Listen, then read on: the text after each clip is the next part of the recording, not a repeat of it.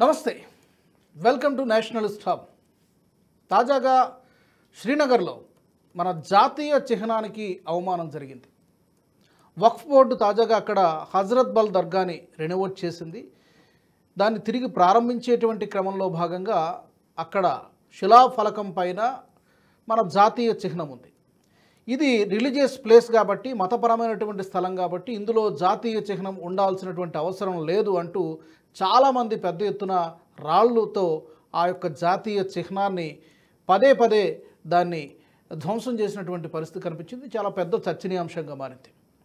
అంటే సెక్యులరిజం పేరుతో జాతీయ చిహ్నాన్ని అవమానిస్తారా? జాతీయ చిహ్నాన్ని అవమానించడం అంటే దేశాన్ని అవమానించినట్టే. ఇలాంటివి జమ్మూ కాశ్మీర్లో గతంలో చాలాసార్లు జరిగాయి. మరొకసారి అలాంటి పరిస్థితే కనిపించింది. ఈ అంశానికి సంబంధించి బ్రీఫ్గా అనలైజ్ చేసే ప్రయత్నం చేద్దాం. నాతో స్టూడియోలో అందుబాటులో ఉన్నారు సీనియర్ జర్నలిస్ట్ సురేష్ కొచ్చిట్ల గారు. సురేష్ గారు నమస్తే. నమస్కారం గారు. జమ్మూ కాశ్మీర్లో మనం ఇలాంటి సంఘటనలు మనం గతంలో చాలా చూసాము. ఏదో ఇప్పుడిప్పుడే పరిస్థితుల్లో కాస్త మార్పు వస్తున్నట్టు కనిపించినా కూడా రీసెంట్గా ఈ హజరత్ బల్ దర్గాలో జరిగినటువంటి నిజంగా చాలా పెద్ద అవమానం. అది జాతీయ చిహ్నాన్ని అవమానించినా, జాతీయ జెండాను అవమానించినా, దేశాన్ని అవమానించినట్టుగానే లెక్క. మీ ఇనీషియల్ కామెంట్స్ ఏంటి సార్? రాజుగారు, మనం ఒక మాట మర్చిపోతున్నాం. మన దేశంలో ఒక కమ్యూనిటీ, మన దేశంలో, మిగతా దేశాలు కాదు ఇది నేను మాట్లాడేది. వాళ్ళు మెజారిటీగా ఉన్న దేశాలు ఈ ప్రాబ్లం లేదు. మన దేశంలో ఒక కమ్యూనిటీ వాళ్ళు ఏం ప్రూవ్ చేస్తున్నారంటే, మాకు మీతో సంబంధం లేదు, మాకు మా జాతి అన్నిటికంటే పెద్దది, రిలీజియన్ బిఫోర్ కంట్రీ. వీళ్ళు దీనికన్నా ముందు కూడా చెప్పారు చాలాసార్లు. రిలీజన్ ఫస్ట్, నేషన్ నెక్స్ట్ కూడా కాదు, నేషన్ థర్డ్ ఫోర్త్. దాని తర్వాత వాళ్ళ రిలీజియన్ తర్వాత మిగతా అన్నీ వస్తుంది. దాని తర్వాత లాస్ట్లో ఎక్కడో కొనాల కూడా ఉంటుంది దేశం గురించి.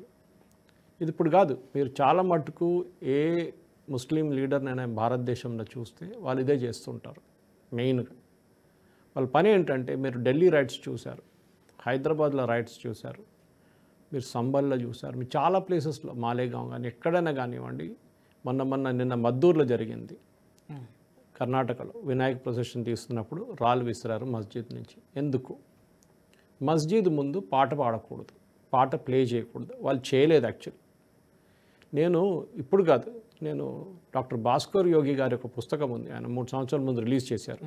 మన హైదరాబాద్ లిబరేషన్ గురించి చాలా డీటెయిల్డ్గా రాసిన బుక్. ఆయన చాలా సోర్సెస్ నుంచి తీసుకునే ఇన్ఫర్మేషన్ తెలుగులో చేశారు. దాన్ని ఇంగ్లీష్ ట్రాన్స్లేషన్ నేను కరెక్ట్ చేస్తున్నాను ఇప్పుడు. ఓకే, ఆల్రెడీ ఒకసారి పబ్లిష్ అయింది ఇంగ్లీష్. దాన్ని కొన్ని తప్పులు దాన్ని కరెక్ట్ చేస్తున్నాను అనమాట. దాంట్లో నేను చూస్తే ఇప్పుడు కాదు, ఇప్పుడు బిఫోర్ ఇండిపెండెన్స్ ఆల్సో ఈ ప్రాబ్లం అప్పుడు కూడా ఉండే. తెలంగాణలో జరిగిన అత్యాచారాలు హిందువుల మీద, నాట్సీల మీద జర్మన్స్ చేసిన, హిట్లర్ వాళ్ళ ఫోర్సెస్ చేసిన ఏం తక్కువ కాదు. కానీ కాజిం రిజ్వీ కానీ ఇట్లాంటి వాళ్ళు కొన్ని రోజులు జైల్లోని వాళ్ళని ఇడిచేసి పాకిస్తాన్కి వెళ్ళిపోయారు. మిగతా చేసిన వాళ్ళని ఎవరిని ఏం చేయలేదు. నిజాంని అయితే ఇంకా పైన కూర్చోబెట్టారు వీళ్ళు. ఈ వాజ్ రెస్పాన్సిబుల్ ఫర్ ఇట్. చాలామంది అంటారు, సో రిలీజియన్ని మీరు బేసిక్గా మీరు అంటారు మీ ఐడల్ వర్షిప్ అలో చేయమంటున్నారు. Correct, we accept the fact, me religion ఉండొచ్చు. కానీ మీరు ఉంటున్నది సెక్యులరిజం అనే ఒక వర్డ్ మీరు యూజ్ చేస్తారు. ఇప్పుడు మనం చూస్తాం, కాంగ్రెస్ వాళ్ళు ఎప్పుడు మాట్లాడుతుంటారు సెక్యులరిజం అని చెప్పి. ఓవైసీ చెప్తుంటారు, మిగతా సమాజ్వాదీ పార్టీలు కూడా. సెక్యులరిజం మీనింగ్ ఏంటి వీళ్ళు ఎవరు అర్థం చేస్తారు? సెక్యులరిజం అంటే వీళ్ళ డెఫినేషన్ ప్రకారం, కాంగ్రెస్ వాళ్ళ డెఫినేషన్ ప్రకారం హిందూయిజం గురించి మాట్లాడకూడదు. సెక్యులరిజం అది. ఎవరైనా హిందూ వచ్చి హిందూ గురించో, లేకుంటే భగవద్గీత గురించో, మహాభారతం గురించో, రామాయణం గురించి మాట్లాడితే, భగవాన్ రామ్ గురించి మాట్లాడితే అది కమ్యూనల్ అయిపోతుంది. అదే టైం అటువైపు ఉన్న రిలీజియన్ వాళ్ళు ఏమైనా చెప్పుకొని అది సెక్యులర్గా ఉండిపోతుంది. ఈ సెక్యులరిజం మీనింగ్ వచ్చేది చర్చ్ ఆఫ్ ఇంగ్లాండ్ నుంచి. ఇక్కడ కాదు, ఇంగ్లాండ్లో ఈ బిషప్లు అందరూ వచ్చి హౌస్ ఆఫ్ లార్డ్స్లో కూర్చుంటారు. మన దగ్గర కొంచెం స్వామీలు కూర్చోబెట్టండి మీరు రాజ్యసభలో, అప్పుడు ఎంత పెద్ద గొడవ చేస్తారో మనకు తెలుసు. కానీ అక్కడది నార్మల్, బిషప్స్ వచ్చి కూర్చోవడం. They are members of the House of Lords. Sengol ప్రతిష్ఠించినప్పుడు కూడా అదే గొడవ. సో 16th centuryలో జరిగిన గొడవలో అక్కడున్న government that day 17th century 18th centuryకి వచ్చినప్పుడు వాళ్ళకి తీసుకొచ్చేస్తుంది వీళ్ళతో. వీళ్ళు ఏం చేస్తాం కానీ పుల్లలు పెడుతూ ఉంటారు ఈ బిషప్లు. సో వాళ్ళ దగ్గర గవర్నమెంట్ ఏమన్నారంటే, మీ పని చూసుకోండి, మేము మా పని చూసుకుంటాం, మీరు మా దాంట్లో పుల్లలు పెట్టకండి, మేము మీ దాంట్లో పుల్లలు పెట్టండి. Simple as that. No interference. State and religion have no connection. That is secularism. ఇప్పుడు చెప్పండి, భారతదేశంలో సెక్యులరిజం ఉందా? లేదు. ఎందుకంటే మీరు వకఫ్ బోర్డ్ని ఫండ్ చేస్తున్నారు. ఇప్పుడు ఈ శ్రీనగర్లో జరిగిన ఇన్సిడెంట్ కూడా వకఫ్ బోర్డ్ ఫండింగ్ ఇచ్చి హజరత్ బల్ని రెనోవేట్ చేశారు. డబ్బులు ఎందుకు తీసుకున్నారండి? మళ్ళీ వద్దని చెప్పాలి కదా. మాకు మీరు లెటర్ ఇచ్చినప్పుడు, ఫండింగ్ లెటర్ ఇచ్చినప్పుడు దాని మీద అశోక్ సింబల్ ఉంటుందా? ఎవరైనా శాంక్షన్ చేసిన వాళ్ళు వకఫ్ బోర్డు వాళ్ళు కానీ ఎవరైనా కానివ్వండి. ఎందుకంటే సింబల్ ఎందుకుంది? ఈ చెప్పిన వాళ్ళు మాస్క్కి వెళ్తున్నప్పుడు మా దాంట్లో ఏ సింబల్ ఉండకూడదని చెప్పారు. ఆధార్ కార్డులో ఏముందండి? వాళ్ళ పాకెట్లో ఉంటుంది కదా ఆధార్ కార్డు, నోట్స్ ఉంటుంది కదా, కరెన్సీ నోట్, దాని మీద అశోక సింబల్ ఉందా? మీరు భారతదేశంలో ఎక్కడైనా వెళ్ళండి, ఆ సింబల్ ఉంటుంది. మీరు చెప్పినట్టు సెంగోల్ తీసుకొచ్చినప్పుడు పెద్ద గొడవ చేశారు కాంగ్రెస్. కానీ మీరు అటువైపు వెళ్ళినప్పుడు వాళ్ళు ఏం మాట్లాడరు. సింబల్ ఇప్పుడు ఇంత చేసినా కూడా చూడండి, రాహుల్ గాంధీ వైపు నుంచి ఒక ట్వీట్ వచ్చిందో చూడండి. ఇదే మీరు అనుకున్నా ఇలాంటి విషయాల్లో మాట్లాడరు. కాంగ్రెస్ రాహుల్ గాంధీ అని కాదు, ఎవరు లేరు. బట్ వైపు నుంచి ఎవరు మాట్లాడలేదు. ఎందుకు? వాళ్ళకి భయం, ముస్లిం ఓట్ బ్యాంక్ పోతుంది మాది. రాహుల్ గాంధీ వెళ్ళి మలేషియాలో కూర్చున్నారు. మీరు అడగొచ్చు మలేషియాలో ఏం చేస్తున్నారని. అప్పుడు మీకు కనెక్షన్ వస్తుంది. లంగ్వాకి ఎక్కడ వెళ్ళారో దాని పక్కనే ఉన్న మనిషి అక్కడే ఉంటారు. ఎవరు? జాకీర్ నాయక్. ఎవరిని కలవడానికి వెళ్ళారు, చాలా క్లియర్ అయిపోతుంది. బీహార్ ఎలక్షన్ని ఇన్ఫ్లుయెన్స్ చేయడానికి అక్కడికి వెళ్ళారు ఆయన. ఓకే, ఎనీవే దాని పక్కన పెడదాం, మనం టాపిక్ అది కాదు ఇప్పుడు. ఈ శ్రీనగర్లో జరిగిన, హజరత్ బల్లో జరిగిన ఇన్సిడెంట్ని నేను ఒకటే కోణాలు చూస్తున్నాను రాజు గారు. ఫస్ట్ ఆఫ్ ఆల్ ఇది బుద్ధిస్ట్ సింబల్, హిందూ సింబల్ కాదు ఇది. ఓకే, ఒరిజినలీ సామ్రాట్ అశోక అది సార్నాథ్లో స్థాపించినప్పుడు అశోక సింబల్ ఒకటి తీసుకొచ్చారు. అది దానికి చుట్టుపక్కల 4 సింహాలు ఉంటాయి. 250 BCలో సార్నాథ్లో స్థాపించారు. అప్పుడు ఒరిజినలీ బిల్ట్. సార్నాథ్ ఎక్కడ ఉందంటే యూపీలో ఉంది. చాలామంది అది ఎంపీలో ఉంది, యూపీలో ఉంది చెప్తూనే ఉంటుంది అక్కడ ఇక్కడ అది. కానీ మన భారతదేశంలో చూడాల్సిందంటే దా సింబల్ మన 26 జనవరి 1950కి అడాప్ట్ చేశారు మన కాన్స్టిట్యూంట్ అసెంబ్లీ. వీళ్ళు అంటారు కదా కాంగ్రెస్ వాళ్ళు సెక్యులరిజం గురించి మాట్లాడుతున్నారు. అదే మళ్ళీ ఇంకోసారి జ్ఞాపకం చేయాలి. ఎందుకు అదే సింబల్ యూజ్ చేశారండి? మీరు చెప్తారు కదా రిలీజియస్ సింబల్ ఉండకూడదు, ఎందుకు యూజ్ చేశారంటే దానికి ఒక రీజన్ ఉంది. దానికి ఒకటి, ఆ సింబల్ ఇట్ సెల్ఫ్ చాలా మీనింగ్ ఉన్నది దానికి అనమాట. అశోక్ సామ్రాట్ చేసిన దానికి సింబల్ ఒకటి బుద్ధిస్ట్, మన అందరూ తెలుసు బుద్ధిస్ట్ ఫిలాసఫీ ధర్మ గురించి ఆ complete Sarnath line reflects that అనమాట. అది కాకుండా దాని చుట్టుపక్కల 4 ఏషియాటిక్ లైన్స్, అది కూడా చూడండి ఏషియాటిక్ లైన్స్, లేదా ఆఫ్రికన్ లైన్స్ కాదు, Asiatic lines. Power, pride, courage and confidence, ఈ 4 ఆస్పెక్ట్స్ మీదనే చుట్టూ 4 లైన్స్ ఉన్నాయన్నమాట. అఫ్కోర్స్ దాని కింద ఇంకా మిగతా మన బుద్ధిస్ట్ ఫిలాసఫీలో గౌతమ్ బుద్ధ లైఫ్ స్పాన్ చూపిస్తారు దాని కింద ఉన్న దాంట్లో.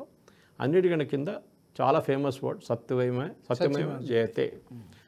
సత్యమేవ జయతే ఎందుకంటారండి? మళ్ళీ అది కూడా అడగచ్చు కదా. వీళ్ళు ఎవరైనా చూడండి, ఈ సో కాల్డ్ ముస్లిం లీడర్స్ మన భారతదేశంలో ఉన్నది, వీళ్ళకి ఇవాళ కూడా మీరు అడగవచ్చు, మీరు భగవంతుడి మీద మీరు ప్రమాణ స్వీకారం చేస్తారంటే వాళ్ళు చేయరు. వాళ్ళ రిలీజన్ మీద చేస్తారు, కానీ వాళ్ళు ఇంకా భారతదేశంలో మిగతా ఏదైనా ఒక రిలీజన్లో వాళ్ళు అసలు రారు. మీకు ఎప్పుడైనా ఓవేసి బతుకమ్మ దగ్గర కనిపించారండి? దీవాళికి మీ ఎవరైనా ఇంటికి వెళ్ళి పటాకాలు కాల్చారా? నేను Owaisi as an example, actually is better than other fellows. మనం అఖిలేష్ యాదవ్, రాహుల్ గాంధీని చూసుకుంటే దానికన్నా చాలా బెటర్ ఓవేసీ. అట్లీస్ట్ భారతదేశాన్ని డిఫెండ్ చేస్తారు ఆయన. అది కూడా చేయరు వీళ్ళిద్దరు. అట్లానే మన దగ్గర కూడా అంతే పాలసీ అన్నమాట. సో ఈ సింబల్ని డిస్ట్రాయ్ చేయడం ఏంటి? ఇప్పుడెప్పుడు మీరు చెప్పారు స్టార్టింగ్లో, ఇప్పుడే కొంచెం నార్మల్సీ వచ్చింది కానీ ఇప్పుడు మళ్ళీ ఇది గొడవ మొదలవుతుందని. నేను చెప్తున్నానండి సింపుల్, వీళ్ళని లైన్లో తీసుకురావాలంటే ఒకటి, మన పెహల్గామ్ మ్యాసకర్లో ఏం జరిగింది, వీళ్ళని పెద్ద హీరోలుగా చూపించారు. ఒకడు హార్స్ రైడర్ వచ్చారు, వాళ్ళని రక్షించాడు, వాడి జీవితం పోయింది, అది ఇది అన్నారు. సింపుల్ అండి. అప్పుడు ఏమన్నారు, అందరూ బాయ్కాట్ చేయండి వీళ్ళది ఎకానమీ టూరిజం మీద నడుస్తుంది. You boycott them and they will be done and dusted. రేపు ఒక ఎగ్జాంపుల్ తీసుకుంటాను నేను, జరుగుతుందో లేదో నాకు తెలియదు. దీనికన్నా ముందు 2-3 సంవత్సరాల ముందు, 4 సంవత్సరాల ముందు కాశ్మీర్లో పెద్ద గొడవ నడిచినప్పుడు ఇది హైదరాబాద్లో నడిచింది.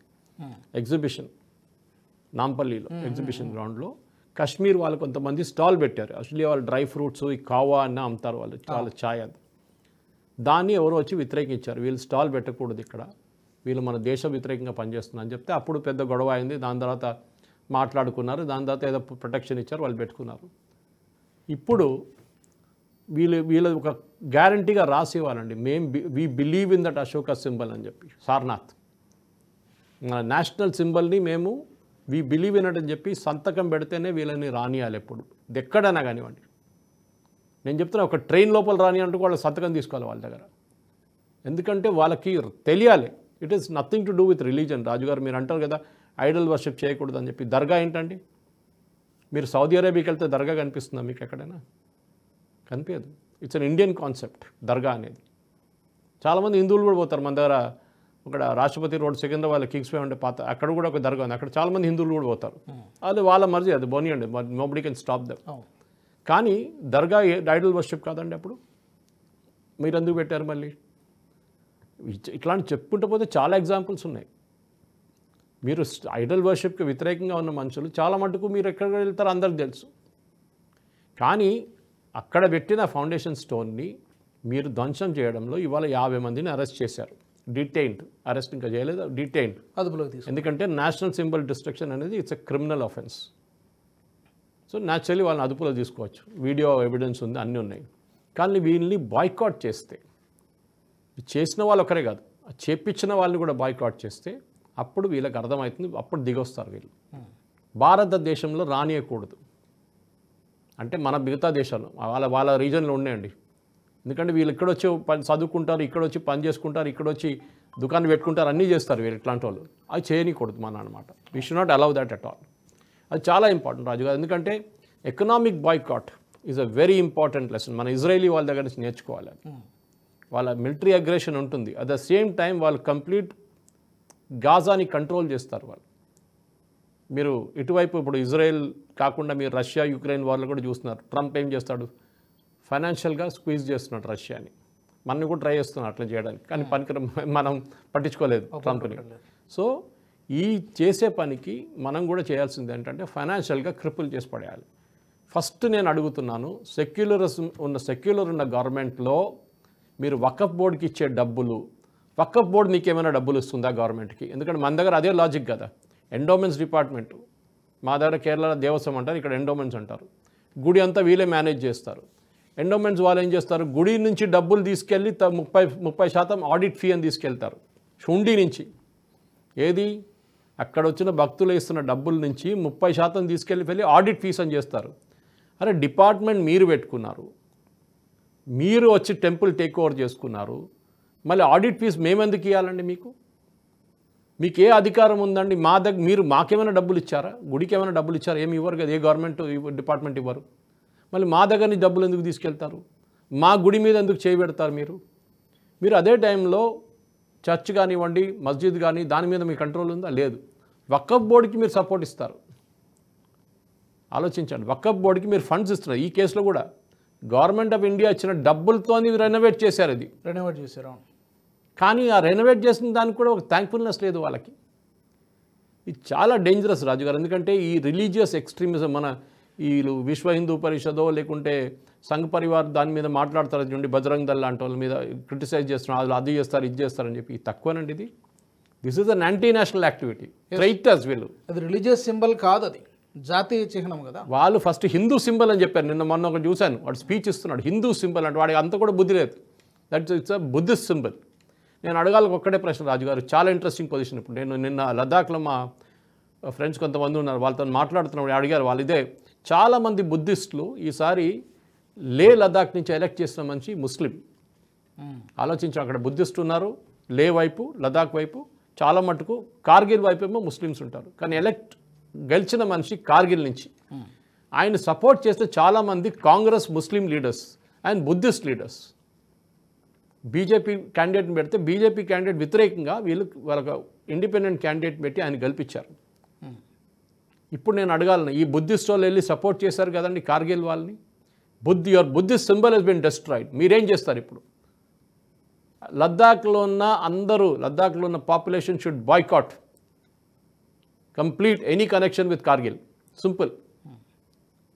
అప్పుడు వాళ్ళకి అర్థమవుతుంది, బుద్ధి వస్తుంది. ఇప్పుడు మనం ఎగ్జిబిషన్ గురించి చెప్పే అన్ని ప్లేసెస్లో ఎకనామిక్ బ్లాకేడ్ పెట్టండి. మీరు మా సింబల్స్ యాక్సెప్ట్ చేసేదాకా రాసి కాగితంలో మాకు స్టాంప్ పేపర్లో రాసియండి, మాకు declaration that we respect your symbol. మీరు సెక్యులర్ కంట్రీలో ఉంటున్నారు, ఓకే, మీరు ఇస్లామిక్ కంట్రీ కాదు ఇది. You have to respect all loss. మాకు మస్జిద్ లోపల ఒక రూలు, మస్జిద్ బయట ఇంకో రూలు ఏం లేదు. యూ హ్యావ్ టు ఫాలో ఎక్కడైనా కానీ ఒకటే రూల్. దానికోసం యూనిఫామ్ సివిల్ కోడ్ గురించి మాట్లాడుతున్నాం. సుప్రీంకోర్టే చెప్పారు తీసుకురామని చెప్పేసి చట్టం. సో ఎందుకనేది ఇది సేమ్. అదే టైంలో హిందువులు చూడండి, హిందువులు ఏమైనా అబ్జెక్ట్ చేస్తారా?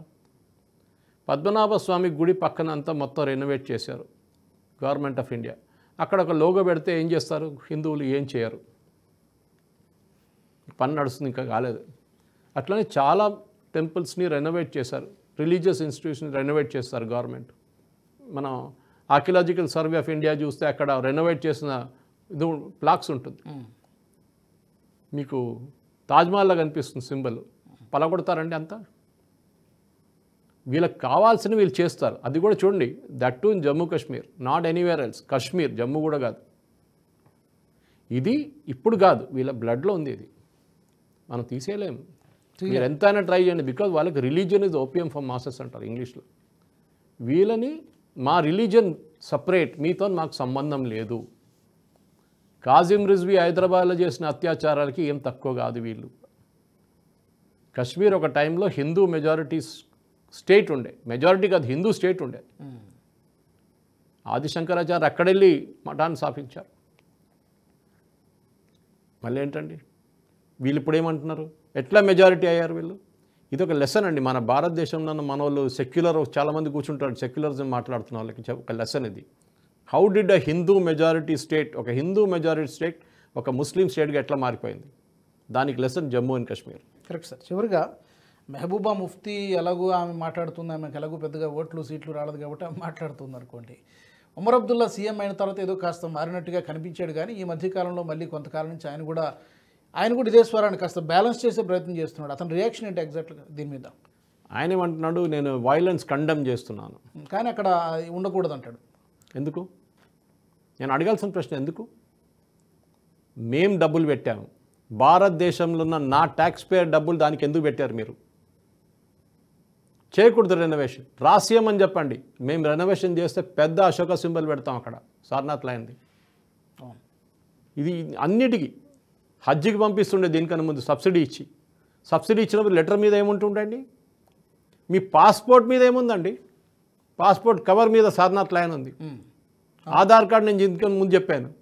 మీ కరెన్సీ మీద, ఇండియన్ కరెన్సీ మీద, ఇండియన్ కాయిన్ మీద అన్నిట్లో మీరు చెప్పండి, రేపటి నుంచి మేము వాడమని చెప్పండి. దాంట్లో ఉంది కదా, మేము వాడడం, మాకు బిలీఫ్ లేదు, వీ డోంట్ బిలీవ్ అని చెప్పండి. చింపి పడేయమని చెప్పండి నోట్లంతా. వాళ్ళ దగ్గర ఉన్నాను చేయమని చెప్పండి. దమ్ముండదు వీళ్ళకి. అప్పుడు ఇంత జరిగిన తర్వాత మళ్ళీ ఇప్పుడు స్టేట్హుడ్ గురించి మాట్లాడుతున్నాడు. కొద్ది రోజుల కిందట అది ఆయన పాలిటిక్స్, మనం దాన్ని పక్కన పెట్టచ్చు. స్టేట్హుడ్ ఎందుకు కావాలో అందరికి తెలుసు. ఇప్పుడు చూడండి, 50 మందిని అరెస్ట్ చేయడానికి ఇచ్చిన ఆర్డర్ లెఫ్టినెంట్ గవర్నర్ ఇచ్చారు, స్టేట్ గవర్నమెంట్ కాదు. ఎందుకంటే లార్డ్ ఆర్డర్ ఆయన దగ్గర ఉంది. అవును. దానికోసం పహల్గామ్ జరిగినప్పుడు ఆయన మీద, లెఫ్టినెంట్ గవర్నర్ మీద పడ్డారు అందరు కలిసి. సో చేపిస్తున్నది వీళ్ళు, బ్లేమ్ వచ్చేదేమో లెఫ్టినెంట్ గవర్నర్ మీద. కానీ ఇది కూడా ఈ 50 మందిని ఎవరోని అరెస్ట్ చేశారో వాళ్ళ పేర్లు పేపర్లో పబ్లిష్ చేయాలి. చేయకుండా ఏదైనా వెబ్సైట్లో పబ్లిష్ చేయండి. They should B named and shamed అంట ఇంగ్లీష్లో. వాని కశ్మీర్ వైట్ వస్తే వానితో స్టాంప్ పేపర్ మీద వాడే ఏ రోజు ట్రైనో ఫ్లైట్లో ఎక్కితే ఆ రోజు రాసి తీసుకోవాలి వాడి దగ్గర. They should be black listed completely. Exact. ఇట్లాంటి వాళ్ళని మన దేశంలో అక్కర్లేదు, పాకిస్తాన్ పంపించేది, అక్కడ ఉండమని చెప్పండి. పాకిస్తాన్లో పంపించాల్సింది. ఇలాంటి వాళ్ళు ఉండడానికి అర్హత లేదు. ఇలాంటి సంఘటనలు కేవలం జమ్మూ కాశ్మీర్లోనే కాదు, ఇంకా ఏ రాష్ట్రంలోనూ దేశంలో ఎక్కడా జరగకుండా జాగ్రత్తలు తీసుకోవాలని చెప్పి మనం మనస్ఫూర్తిగా కోరుకుందాం. సురేష్ గారు, థ్యాంక్ యూ. నమస్కారం సార్. నమస్తే. మరి ఈ అంశానికి సంబంధించి మీ అభిప్రాయాలు కూడా మీరు కామెంట్ సెక్షన్లో తెలియజేయచ్చు. జమ్మూ కాశ్మీర్లో, శ్రీనగర్లో జరిగినటువంటి ఈ సంఘటన గురించి మీరు ఏమనుకుంటున్నారు తప్పకుండా కామెంట్స్ రూపంలో తెలియజేయండి. అలాగే నేషనల్ స్టాఫ్ నుంచి ఇంకా అలాంటి అంశాలని, టాపిక్స్ని కోరుకుంటున్నారు కూడా మీరు మాకు కామెంట్స్ ద్వారా తెలియజేయచ్చు. తప్పకుండా సబ్స్క్రైబ్ చేసుకోండి నేషనల్ స్టాఫ్ని. జై హింద్. ఈ వీడియో మీకు నచ్చినట్టయితే లైక్ చేయండి, 10 మందికి షేర్ చేయండి. అలాగే కామెంట్ల రూపంలో మీ అభిప్రాయాలను మాతో పంచుకోండి. Nationalist hub group of channels ను సబ్స్క్రైబ్ చేసుకుని తెలుగునాట జాతీయవాద జర్నలిజాన్ని ప్రోత్సహించండి.